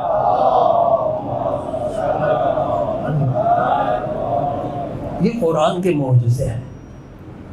قرآن میں ہر مشکل کا حل ہے، مگر ظالمین کے لیے نہیں، مومنین کے لیے۔ لا یمسہ الا المطہرون۔ اگر قرآن کے ذریعے سے فقر کو مٹانا چاہتے ہیں تو 7 اعضاء گناہ سے پاک ہونے چاہیے، رزق پاک ہونا چاہیے، صرف حلال نہیں، حلال بھی ہو، طیب بھی ہو، تو یقیناً قرآن سے آپ کو فیض ملے گا۔ آج یہ نسخے ضرور بتائیے، انشاءاللہ ہر دن فقر سے جنگ کے لیے، فقر کو مٹانے کے لیے کوشش کروں گا کہ ایک نسخہ آپ کو بتاؤں اور آپ دوسرے مومنین تک پہنچائیں۔ پاکستان میں واقعاً جو بیچارے بے دین تائب لوگ ہیں، جن کا ایمان کمزور، خودکشیاں کر رہے ہیں لوگ، اس قدر غربت ہے، اس قدر آفت ہے، اور جو حکمران ہیں وہ سب لوٹ رہے ہیں، کوئی بھی پاک نہیں ہے، سارے چور ہیں۔ ہماری عوام کبھی اس چور کے پیچھے، کبھی اس چور کے پیچھے۔ کسی نے آئی لینڈ لیا ہوا ہے، کسی کی جو ہے جب ریٹائر ہوتا ہے تو خبروں میں آتا ہے کہ اس کی آمدنی، غریب ملک ہے، لوگ بھوک سے مر رہے ہیں، 30 ملیارڈ ڈالر اس کی ملکیت ہے۔ بتائیے 30 ملیارڈ ڈالر، ہاں، سارے چور ہیں۔ دعا کریں کہ کوئی متقی حکمران ملے، کوئی نیک حکمران ملے، کوئی پارٹی نہیں۔ ہمارے لوگ بھی ایسے کبھی اس کے پیچھے ڈبکی بجا رہے ہیں، اس کے پیچھے ڈبکی۔ ارے یہ سب چور ہیں، ان کے سب کے گھر باہر ہیں، ان کے فلیٹ ہیں، ان کے بنگلے ہیں، ان کے بڑے بڑے انہوں نے آئلینڈ خریدے ہوئے ہیں خبیثوں نے، پورا عوام کا خون پی رہے ہیں۔ آپ علماء ان کی مدد کریں، عوام کو مدد کی ضرورت ہے، اور انشاءاللہ اسی دعائیں بھی بتائیں، اسی طریقے بھی بتائیں تاکہ لوگ بیچارے اس غربت سے نجات کریں۔ صلوات پڑھیں محمد وآلہ۔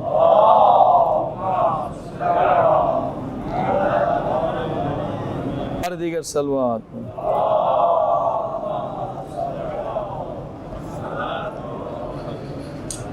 کچھ علمی باتیں بھی صرف مختصر۔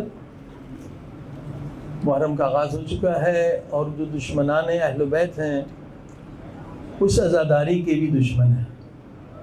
عزاداری ہماری طاقت ہے، اگر عزاداری نہ ہوتی تو ہمارا مذہب اتنی تیزی سے دنیا میں نہ پھیلتا۔ خصوصاً رونے پر لوگ مذاق اڑاتے تھے، اعتراض کرتے تھے کہ آپ روتے رہتے ہیں، اور رونے سے ڈپریشن آتا ہے، اسٹریس آتا ہے، آپ کی زندگی میں خوشیاں نہیں ہوتی ہیں، آپ بس روتے ہی رہیں، 2 مہینے 8 دن روتے رہتے ہیں۔ یہ لوگ بیچارے جاہل ہیں، قرآن سے بھی بے خبر ہیں اور سائنس سے بھی بے خبر ہیں۔ رونے کے اتنے فوائد ہیں، انشاءاللہ ابھی آپ سنیں گے، آپ بھی حیران ہو جائیں گے کہ آپ کو بھی پتہ نہیں ہوگا جو آپ کو مولا حسین کے صدقے میں یہ رونا ملا ہے نا، اس کے کتنے فوائد۔ قرآن کریم کی آیت ہے تَرَىٰ أَعْيُنَهُمْ تَفِيضُ مِنَ الدَّمْعِ، جو عاشقان خدا ہیں، عاشقان رسول ہیں، جب قرآن سنتے ہیں تو ان کے آنکھوں سے آنسو بہنا شروع ہو جاتے ہیں۔ یہ نوٹ کر لیں، بہت قیمتی چیز بتلا رہا ہوں کہ جب ہم روتے ہیں تو کیا ہوتا ہے باڈی میں۔ لوگ سمجھتے ہیں کہ ہمیں نقصان ہوتا ہے یا فائدہ ہوتا ہے۔ سائنٹیفیکلی میڈیکل ریفرنس کے ساتھ عرض کر رہا ہوں۔ ایک چیز ہے آکسیٹوسن، یہ ہارمون ہے، اسپیل بھی OXYTOCIN۔ جب ہم روتے ہیں تو آکسیٹوسن ایک ہارمون ہمارے دماغ سے نکلتا ہے۔ اب یہ آکسیٹوسن جو ہے کتنی قیمتی چیز ہے، اور اس سے آپ کے باڈی پر کیا ہوتا ہے وہ سن کے آپ حیران ہو جائیں گے۔ صلوات پڑھیں محمد وآلہ۔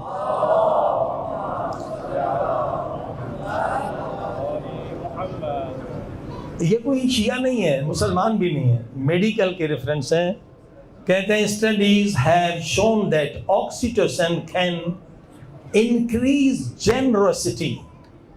جو انسان روتا ہے، رونے سے اللہ پاک اسے سخاوت عطا فرماتا ہے، آپ کے اندر سخاوت کا جذبہ پیدا ہوتا ہے۔ اور حدیث میں السخی قریب من اللہ، قریب من الجنہ، قریب من الناس۔ سخی اللہ کے بھی قریب ہے، جنت کے بھی قریب ہے، انسانوں کے بھی قریب ہے۔ ایک نعمت جو مولا حسین کے غم میں روتے ہیں، سخاوت ملتی ہے۔ اور دوسرا کہتے ہیں کہ رونے سے کیا آپ کو فائدہ ملتا ہے، کہتے ہیں it may help reduce symptoms of anxiety and stress. رونے سے اسٹریس پیدا نہیں ہوتا ہے، کتنا بھی اسٹریس ہو، انسان افسردہ ہو، ٹینشن میں ہو، یا آج میڈیکل کہہ رہی ہے، سائنس کہہ رہی ہے، جیسے آنسو بہیں گے تو آکسیٹوسن کی وجہ سے اس کا اسٹریس، اس کا ڈپریشن، اس کی افسردگی ختم ہو جاتی ہے۔ صلوات پڑھیں محمد وآلہ۔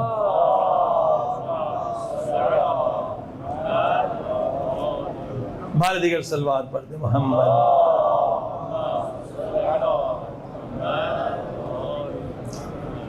اور پھر یہ جو رونے سے اللہ ہمیں نعمت دیتا ہے مولا حسین کے صدقے میں، oxytocin may help to reduce symptoms of gastro intestinal disorder. آنتوں کی ایک بیماری ہے، اس رونے کے صدقے میں اس بیماری سے بھی آپ محفوظ ہو جاتے ہیں۔ صلوات پڑھ دیں محمد وآلہ محمد۔ اب کتنے لوگ ہیں جنہیں نیند نہیں آتی، وہ ٹیبلیٹس کھا کے سوتے ہیں، اور وہ ٹیبلیٹس کینسر کا سبب ہوتے ہیں۔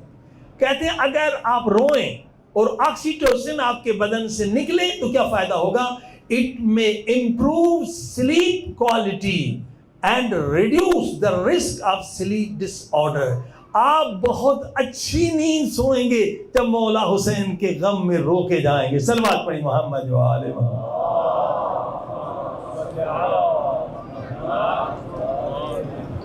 دوسرا فائدہ رونے کا جو ہم پہ اعتراض کرتے ہیں، آپ روتے ہیں، شیعہ پاگل ہیں، تو روتے ہی رہتے ہیں سارے دن. یہ دیکھیں آکسیٹوسن، یہ سائنٹیفیکل فیکٹ ہے، ایک حقیقت ہے.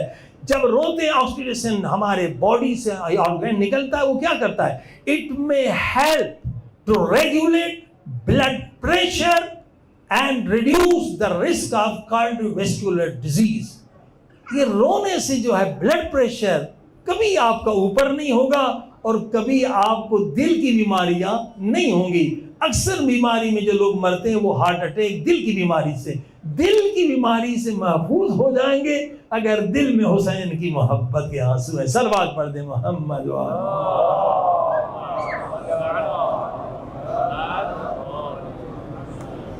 اور فائدہ سنیں. Oxytocin has been shown reduce level of cortisol hormones. یہ جو کورٹیسول ہارمون سے یہ ٹینشن کا سبب ہے. ایک ہارمون جسے زہر کہتے ہیں وہ باڈی سے نکلنے کا صرف ایک طریقہ ہے، آپ روئیں. اسٹریس ہارمون جو سلو پوائزن ہے وہ آپ کے دل کو بھی نقصان دیتا ہے، اس کو بولتے ہیں کورٹیسول ہارمونز. یہ جہاں بھی چلے جائیں آپ کے دل کو، جگر کو، کڈنی کو نقصان دیتے ہیں اور یہ باڈی میں ہوتے ہیں. آپ کبھی غصے میں آئیں تو ہو جاتے ہیں، کبھی اسٹریس میں آئیں ہو جاتے ہیں. اور یہ کب نکلتے ہیں؟ جب آپ روتے ہیں تو آنسوؤں کے ذریعے سے یہ اسٹریس ہارمون جو ہے نکل جاتے ہیں، آپ کی باڈی پاک صاف ہو جاتی ہے. حسین کے صدقے میں صلوات پڑھیں محمد جو آج.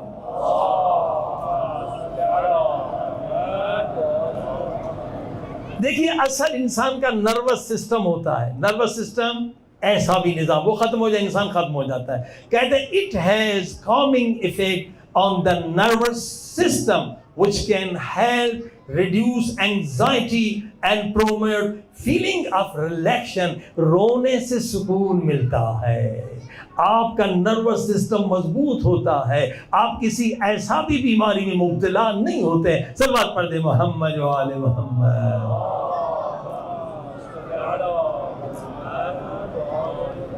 اب کیونکہ بہت زیادہ ہیں، میں سب تو اس وقت نہیں بتا سکتا، اور بھی اس میں کیا کیا رونے کے اور بڑے ہارمونز ہیں، کیا کیا ہوتا ہے انشاءاللہ کل کی مجلس میں. صلوات پڑھ دیں محمد و آل محمد.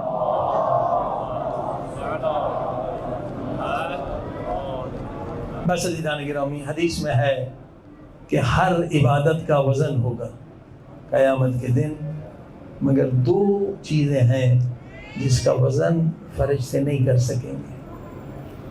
ایک وہ آنسو ہیں جو خدا کے عشق میں بہیں، یا توبہ کے لیے بہیں، یا مولا حسین کے غم میں بہیں. ان آنسوں کا وزن فرشتے نہیں کر سکیں گے. یہ مومن محرم میں مولا حسین کے غم میں رویا تھا. اے خدا، ہم اس کا وزن نہیں کر سکتے. خدا پاک بی بی فاطمہ زہرا کو حکم دے گا کہ وہ بی بی ان رونے والوں عزاداروں کی شفاعت کریں، وہ اجر دیں. اور دوسری وہ چیز جس کا وزن نہیں ہو سکتا، وہ شہید کا خون ہے جو زمین پہ گرتا ہے، اس کا بھی کوئی وزن نہیں کر سکتا. یہ دو عبادتیں الحمدللہ، یہ دونوں نعمتیں اللہ پاک نے ہم شیعوں کو عطا فرمائی ہیں. آئیے پہلے معرفت خدا میں روئیں، عشق خدا میں روئیں، پھر مولا حسین کے غم میں روئیں. خدائے من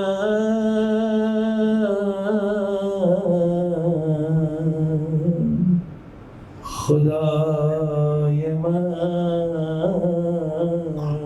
سب مل کے خدائے من خدائے من خدائے من خدائے من، ان تو و کرامت و بزرگی و عنایت ان من و جرم من و خطای من، خدای من، خدای من، سب مل کے خدای من، خدای من، خدای من، خدای من، اے خدا آج کی رات تو نے کتنا بڑا احسان مجھ جیسے گنہگار پہ کیا، اس جگہ پہ لے آیا ہے جہاں پاک بی بی فاطمہ الزہرا تشریف لاتی ہیں۔ کس جگہ پہ بیٹھے ہیں آپ؟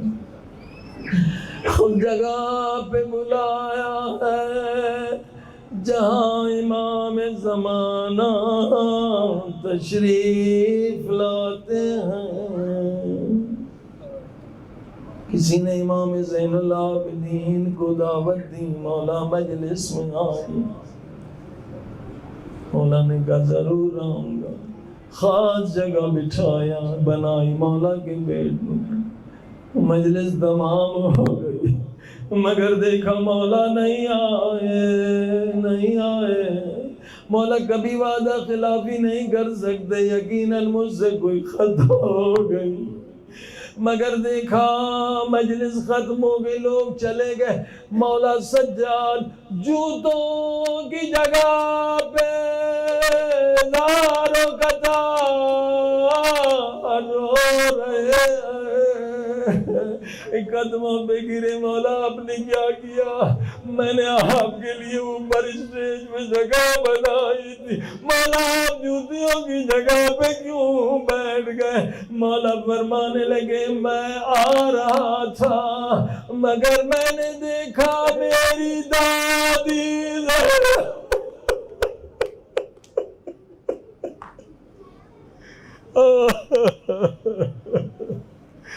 میری دادی زہرا مجلس میں آئی ہے، میں دادی کے احترام میں جوتیوں کی جگہ پہ بیٹھ گیا۔ اے خدا کتنا تو نے کرم کیا، خدائے من، خدا خدائے من، خدا صدار آزاد کو نہیں، ہم سب مل کے خدائے من،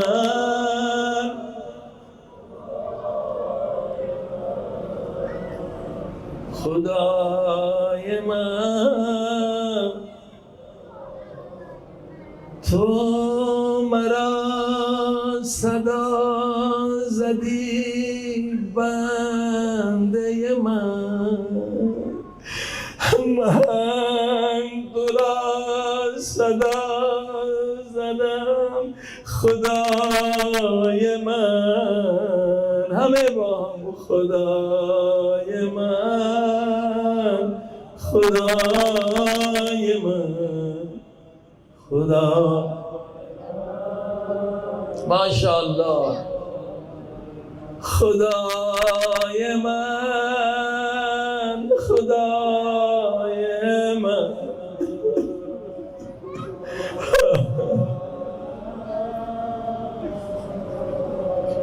یا عبادی الذین اسرفوا کلام تو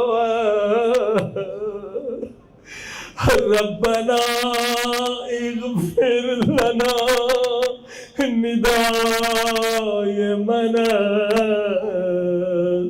خدائے من، خدا خدا خدا فرماتا ہے لا تقنطوا من رحمت اللہ، اے گنہگار تو جتنا بھی گنہگار ہو میری رحمت سے مایوس نہ ہونا. اگر اس جملے کی تفسیر بیان کروں خدا کیا کہہ رہا. اے گنہگار اگر تیرے گناہ آسمان کے ستاروں سے بھی زیادہ ہیں تب بھی میری رحمت سے زیادہ نہیں ہو سکتے. اگر تیرے گناہ درختوں کے پتوں سے بھی زیادہ ہیں تب بھی میری رحمت سے زیادہ نہیں ہو سکتے. اگر تیرے گناہ ریگستان میں ریت کے ذروں سے بھی زیادہ ہو تب بھی میری رحمت سے زیادہ نہیں ہو سکتے. اگر تیرے گناہ بارش کے قطرات سے بھی زیادہ ہو تب بھی میری رحمت سے زیادہ نہیں ہو سکتے. آج حسین کے صدقے میں تیرے سارے گناہ بخش دوں گا. یہ حسین کا مہینہ کروڑوں لوگ حسین کے صدقے میں بخشے جاتے ہیں. امام زین العابدین میرا قیدی امام، میرا مظلوم امام، میرا بیمار امام، وہ امام جو نہ بابا کو کفن دے سکا نہ زندان شام میں بہن سکینہ کو. مجھے نہیں معلوم سجاد نے سکینہ کو کیسے کفن. وہ مظلوم امام مظلوم امام جسے جلتے ہوئے خیموں سے بی بی زینب نے نکالا. وہ امام فرماتے ہیں قیامت کا جملہ بڑا نورانی جملہ. امام فرماتے ہیں خدا تو گناہگار بندے کو اتنا بلاتا ہے، اتنا بلاتا ہے، اتنا بار بار بلاتا. کیسے بار بار بلاتا ہے؟ ہر شب جمعہ خدا کہتا ہے آ جا اے گناہگار، اتنے بھی گناہ کی میں تیرے بخش دوں. گناہگار نہیں ہے. ماہ مبارک رمضان آیا خدا کہتا ہے آ جا، یہ گنہگاروں کی مغفرت کا مہینہ ہے، تیرے سارے گناہ بخش دوں گا. گنہگار نہیں ہے. خدا شب قدر ایک رات آ جا آ کے معافی مانگ لے ایک رات، 70 سال کی عبادت کا ثواب دوں گا. گنہگار نہیں آیا، غافل نہیں آیا. پھر خدا یوم عرفہ کا انتظار کرتا ہے، کہتا ہے گنہگار یوم عرفہ اگر کافر بھی آ کے توبہ کرے میں اسے بھی بخش دوں گا. تو تو مومن ہے، تو تو مسلمان ہے، آ جاؤ. مگر یہ غافل انسان پھر بھی نہیں آئے. اب محرم کا مہینہ شروع ہوا، خدا کی طرف سے پیغام ہوا او گناہگارو آ جاؤ، علی اکبر کے صدقے میں بخش دوں گا. مجھے علی اصغر کی ننھی سی گردن کا واسطہ دو، میں تیرے سارے گناہ بخش دوں گا. یہ حسین کا مہینہ او گنہگار جاؤ، مجھے عباس کے کٹے ہوئے بازوؤں کا واسطہ دو، میں تمہارے گناہ بخش دوں گا. اے گنہگار نہیں آیا. پھر سفر کا مہینہ آتا ہے, خدا کی طرف سے رحمت عام ہے. یہ زینب کے اجڑنے کا نہیں. آ جاؤ مجھے زینب کے زخمی سر کا واسطہ دو, تمہارے سارے گناہ بخش دوں گا. یہ سکینہ کے یتیمی کا مہینہ ہے, مجھے سکینہ کے زخمی گانوں کا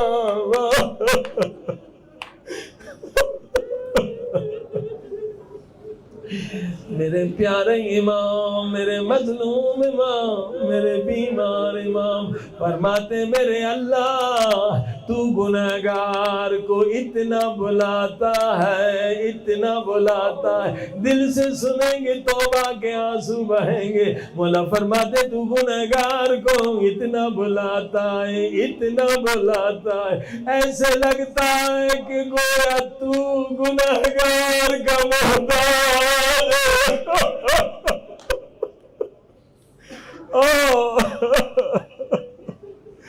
اے خدا میں محتاج ہوں, تو غنی ہے میں فقیر ہوں. سب مل کے کہیں خدائے من, خدائے من, خدا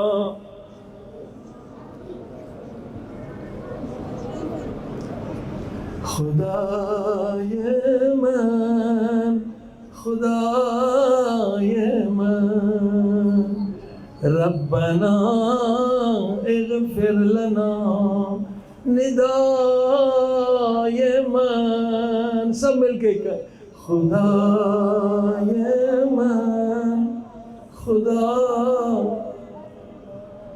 جز تو کسی ندارد باخبر حضراز ہمیں, فقط تو میرے سارے گناہوں کو جانتا. خبر از گریے بی صدائے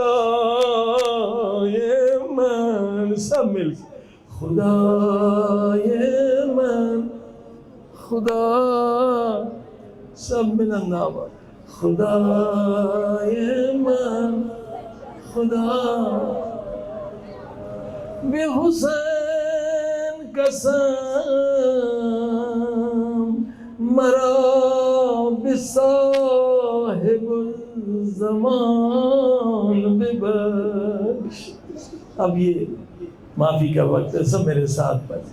ہاں بے حسین قسم مرا بصاحب الزمان ببخش. سب مل بے حسین قسم مرا بصاحب الزمان ببخش.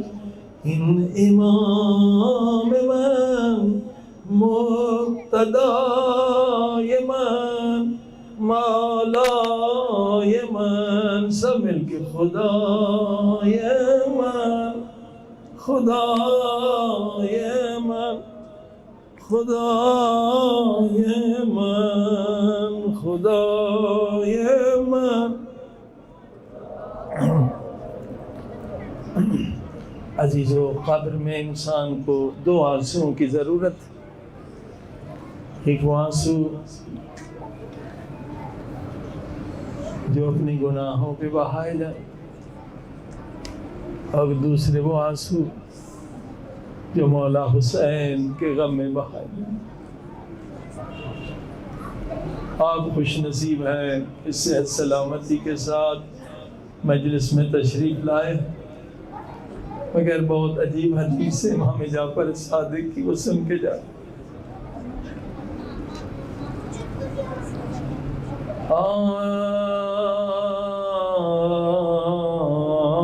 حسین۔ امام جعفر صادق فرماتے ہیں جب بھی میرے دادا حسین کی مجلس برپا ہوتی، اے مومنو یہ نہ سمجھنا تم خود اٹھ کر آ گئے ہو۔ بہت معرفت کی حدیث ہے، آپ جتنے یہاں بیٹھے ہیں یہ نہ سمجھے آپ خود اٹھ کر آئے۔ امام کہہ رہے ہیں جب بھی میرے دادا حسین کی مجلس ہوتی ہے یہ نہیں سمجھو تم خود اٹھ کے آ جاتے، نہیں، کیا چیز پیچھے راز ہے۔ فرماتے ہیں جب بھی میرے دادا حسین کی مجلس برپا ہوتی، یہ شیعوں نہ سمجھو تم خود اٹھ کے چلے آتے۔ امام فرماتے ہیں میں خود تمہارے ایک ایک کے در پہ آتا ہوں، زمانے کی امام ہے، اور تمہیں تمہارے نام سے دعوت دیتا ہوں۔ اے مجلس میں آنے والوں خوش نصیب ہو، آج امام زمانہ کی زبان پہ تمہارا نام ہے۔ جسے امام زمانہ نے بلایا ہے بس وہی یاد، کتنے خوش نصیب، امام نے آپ کو دعوت دے کے بلایا۔ آگے حدیث امام فرماتے ہیں جب ذاکر مسائل پڑھنا چاہتا ہے اور تمہارا دل رونا چاہتا ہے، اس کے غم میں روئے جس کے غم میں رونے والوں نے تماشے کا، اس کے غم میں روئے جس کے غم میں رونے والوں نے تازیانے کھائے۔ امام فرماتے ابھی آنسو نہیں نکلے، آپ تیار ہوتے ہو کہ امام کے غم میں روئے۔ امام فرماتے ہیں جب تمہارا دل رونا چاہتا ہے، رونے کی تیاری کرتے، تم سب کے پیچھے میری دادی زہرا دعا کے لیے ہاتھ بلند کر دیے۔ او میرے اللہ میرے مظلوم حسین کے غم میں رونے والوں کو بخش دے۔ پاک بی بی کی دعا لے رہے ہیں، مگر عزیزوں رونے کا ایک ادب سیکھ کے جائیں۔ آج پہلی مجلس میں سبھی روتے ہیں، مگر جو ادب سے روتا ہے جیسے معصوم نے کہا ہے روتا ہے، اس کا ثواب 1000 گنا زیادہ ہوتا ہے، اور جو بغیر معرفت کے روتا ہے ثواب اسے بھی ملتا ہے مگر بہت کم۔ لہذا آج پہلی مجلس ہے، ضرور یہ ادب سیکھ کے جائیں، چاہے دعا میں روئیں یا حسین کے غم میں روئیں۔ امام فرماتے جب بھی رو تو بلند آواز سے رو۔ مولا کیوں رو؟ پر جب بلند آواز سے رو گے چاہے آنسو نہ بھی آئے، چینک چینک کے رو۔ کیوں مولا؟ فرمایا ثواب میں زمین آسمان کا فرق۔ امام نے پھر وجہ بھی بتلائی، فرمایا جو بلند آواز سے روتا ہے خدا تیرے رونے کی آواز پہلے آسمان کے فرشتوں کو سناتا ہے۔ ان فرشتوں کا دل بڑا نرم ہے، وہ بھی رو کے کہتے ہیں میرے اللہ دنیا سو رہی ہے، یہ بیچارے کیوں رو رہے۔ یہ سارے فرشتے آپ کے لیے دعا کرتے ہیں جب بلند آواز سے روتے ہیں۔ کروڑوں فرشتے، اللہ کو معلوم ہے کتنی تعداد۔ امام فرماتے ہیں پھر خدا تیرے رونے کی آواز دوسرے آسمان کے فرشتوں کو سناتا ہے، وہ بھی رو کے کہتے میرے اللہ ان حسین کے عزاداروں کو بخش دے۔ پھر تیسرے چوتھے ساتویں آسمان تک آواز جاتی ہے. اب یہ سارے فرشتے آپ کے لیے دعا کرتے ہیں. بس فقط اتنا خدا کا کرم ہے نہیں. اب آخری جملہ وہ سنے جن کی ماں کا انتقال ہو گیا ہے، جن کے باپ کا انتقال ہو گیا، جن کی ماں مر گئی، آج والدین کو یاد کرنے کی رات ہے. انہوں نے آپ کو عزادار بنایا ہے. وہ گود میں مائیں لے آتی تھی اور حسین کی مجلس سنتی تھی. امام فرماتے ہیں خدا تیرے رونے کی آواز تیری مرحومہ ماں کو سناتا ہے. او ماں کا دل بڑا نرم ہوتا ہے. ماں رو کے کہتی ہے میرے اللہ میرا بیٹا رو رہا ہے. ماں کی دعا عالم برزخ میں بھی قبول ہو. عزیزو یہ وجہ ہے یا صریخ المستصرخین. ابھی حمزہ سماعی دعا کا جملہ اور چیخ چیخ کے رونے والوں کی دعا جلد قبول کرنے والے. تو رونے میں کبھی شرمایا نہ کریں. اب سنیے مولا امام جعفر صادق کا جملہ. مجلس ہوئی، ذاکر نے پڑھے، مسائل بہت گریا ہوا.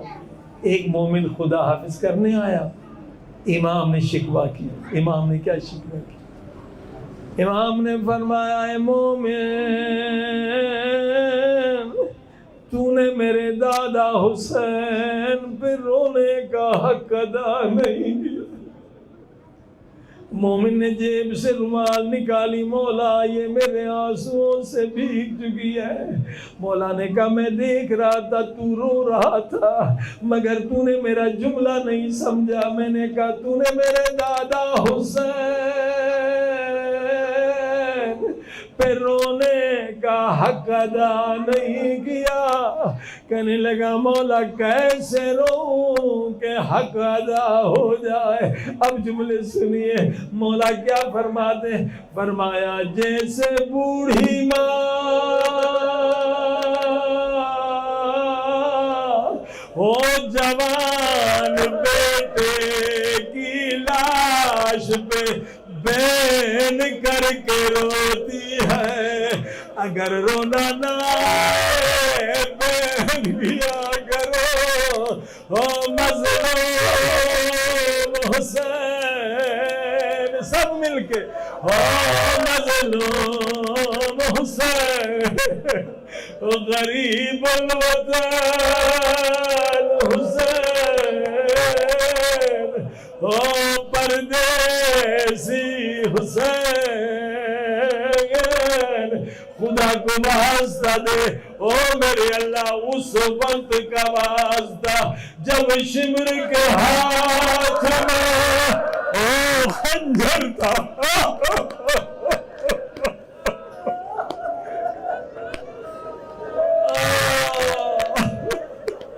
او شمر کے ہاتھ میں خنجر تھا اور 70 قدم پہ زینب دیکھ رہی تھی. او نہ مارو میرے پیاسے حسین نہ مارو میرے مظلوم حسین. ماتم حسین